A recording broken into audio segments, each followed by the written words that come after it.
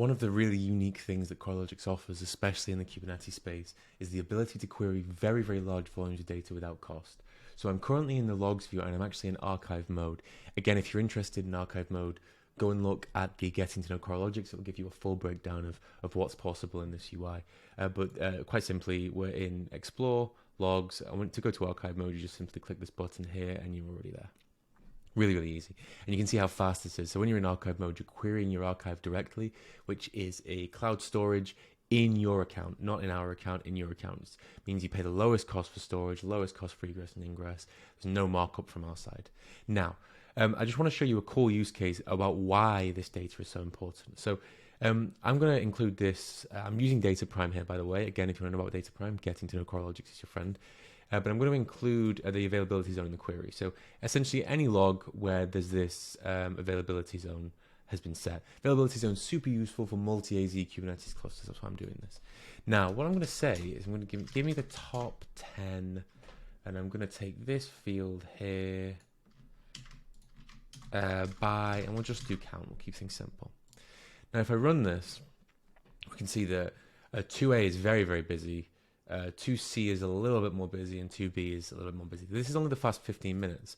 So when you're dealing with large volumes of data, it becomes really costly to query and access lots and lots of data at once.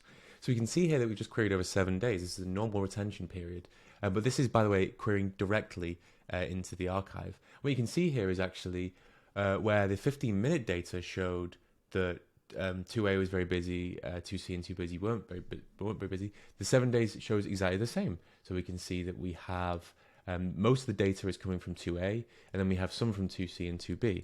Let's expand though, so we can go really, really far with this. And what we can say is, let's say from the 1st of November to the end of December. So this is essentially a 2-month time period. Let's run that.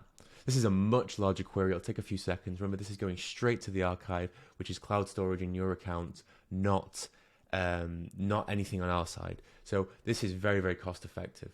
And we can see that we just created a huge, huge volume of data. So the power of this is that you can get trends about the balancing of your cluster, the activity of your cluster, and much, much more over very long periods of time.